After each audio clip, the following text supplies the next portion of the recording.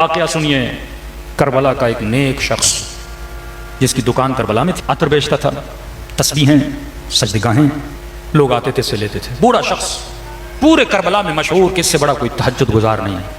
لوگوں نے زبان سے کبھی جھوٹ نہ سنا، غیبت نہ سنی، ہمیشہ نیکی کی باتیں اور نیکی کی باتیں کرتا رہا. حرم امام حسین کا ایک خادم جو خدام کا لیڈر ہوتا ہے، اس کا انتقال ہو گیا. خدام نے میٹنگ کی کہ اب ہمیں ایک نئے خادم کا انتخاب کرنا ہے، کس کا انتخاب کریں؟ تو سب نے کہا وہ جو عطر فروش، نام مجھے یاد نہیں، شیخ حسن یا کوئی نام تھا، وہ سب سے بڑا نیک ہے، متدین ہے. اس کے پاس آئے، شیخ صاحب ہم خدام کا آپ کو ہیڈ بنانا چاہتے. اس نے کہا نہیں، میں گنہگار، میں خطا کار، یہ عہدہ میں اس عہدے کے قابل نہیں ہوں. بڑا اصرار کہ ہمارے پاس کوئی نہیں. اس نے مان لیا. کہتا ایک ہفتہ گزرا، صبح حرم جاتا تھا، شام کو اپنی دکان پہ آتا تھا، تھوڑی خدمات کرتا تھا، کبھی جھاڑو دے دیا. ایک ہفتے کے بعد کیا دیکھا مولا کہ حرم کے صحن میں شور شرابہ بپا ہے. دوڑا دوڑا آفس سے نکلا، صحن میں آیا، بھائی کیا ہوا ہے؟ دیکھا ایک خاتون ہے جو چیخ رہی ہے، خادموں کو ڈانٹ رہی ہے. آیا میری بہن، مسئلہ کیا ہے، کیا ہوا ہے؟ کہ آپ کیسے خادم ہو؟ آپ کی ڈیوٹی کیا ہے؟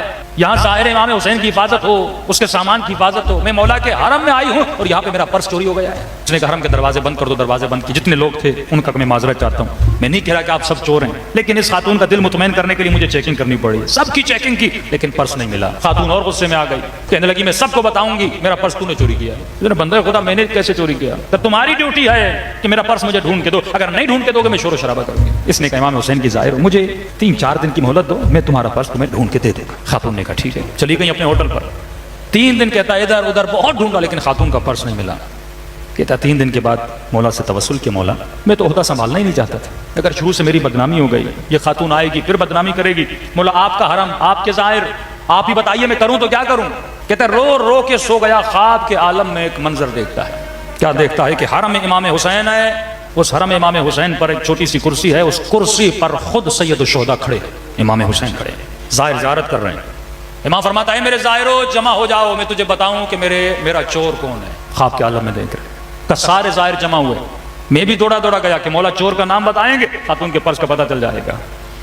لوگوں نے کہا مولا چور کون ہے؟ امام نے فرمایا میرا چور یہ شیخ ہے، اس نے چوری کیا ہے. کہتے مولا کے قدموں میں گرا. میں نے کہا مولا میں نے کب آپ کی چوری کی؟ مولا میں نے کب خاتون کا پرس چرایا؟ آپ تو بہتر واقف ہیں، میں نے چوری نہیں کی.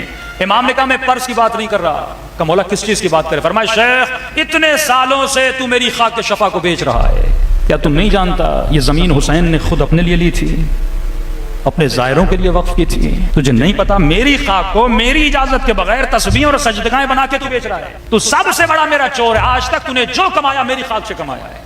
کہتے مولا واللہ مجھے نہیں پتا تھا کہ یہ کوئی شرعن حرام ہے آپ کی خاک کو بیچنا. فرمایا شیخ جتنا مال میری خاک سے کمایا ہے میرے زائروں کو پلٹا دے.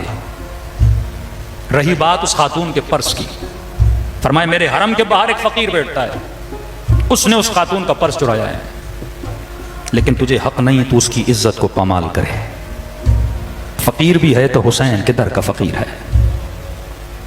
کل جانا وہیں پہ سو رہا ہوگا، اس کے بستر کے نیچے اس نے مٹی کے اندر پرس چھپایا ہے، پرس کو نکالنا اور اسے کہنا کہ تو حسین کے در کا فقیر ہے، آج کے بعد چوری نہ کر، تجھے جو چاہیے حسین تجھے عطا کریں گے. کہتا نیند سے اٹھا، اس فقیر کے پاس گیا، نیچے سے پرس نکالا. فقیر ڈر گیا، ہاتھوں کو جوڑ کے کہا میرا ٹھکانہ یہی ہے، مجھے اٹھانا نہیں، میری عزت کو پامال نہ کرنا. کہ تیری عزت کی گارنٹی حسین نے لے لی ہے، بس پیغام یہ دیا ہے میرے ظاہروں سے چوری نہ کیا کر، تجھے جو چاہیے حسین سے مانگا کر، حسین تجھے عطا کریں گے. اس خاتون کو بلاتا ہے، اسی کیفیت میں جس کیفیت میں امام حسین صحن میں کھڑے تھے، شیخ کھڑا ہو جاتا ہے. کہتا لوگوں جمع ہو جاؤ، میں تجھے بتاؤں حسین کا چور کون ہے. ازالہ گناہ کیا ہے، گناہ کا پتہ چلا، اب خود اپنے گناہ کا ازالہ کر رہا ہے. یہ ہے اپنے نفس کو رون دینا، یہ ہے اپنے گناہ سے معافی کر لینا. اگر ایسا نہ کرتا بھائی لوگوں کو پتہ چلے گا میری عزت کا کیا ہوگا، میری آبرو کو کیا ہوگا. عزت دینے والا خدا ہے، آبرو دینے والا خدا ہے. کیا لوگ تجھے عزت دیں گے، لوگ تجھے آبرو دیں گے؟ وہیں پر کھڑا ہو گیا، کہنے لگا لوگوں جمع ہو جاؤ، میں تجھے بتاؤں حسین کا چور کون ہے. لوگ جمع ہو گئے. اس نے کہا حسین کا سب سے بڑا چور میں خود ہوں. لوگوں نے کہا شیخ تو متدین ہے، تو نمازی ہے، کیوں خود پہ بہتان لگا رہا ہے؟ ہم جانتے ہیں تجھ سے بڑا نیک کوئی نہیں ہے. کہا تجھ سے زیادہ مجھے حسین جانتا ہے، حسین مجھے جانتا ہے کہ میں کیا ہوں، میں نے کیا کیا ہے. آقا نے خواب میں کہا تو میرا چور ہے، اتنے سال سے میں نے حسین کی تربت کو بیچا ہے جس کی اجازت نہیں ہے.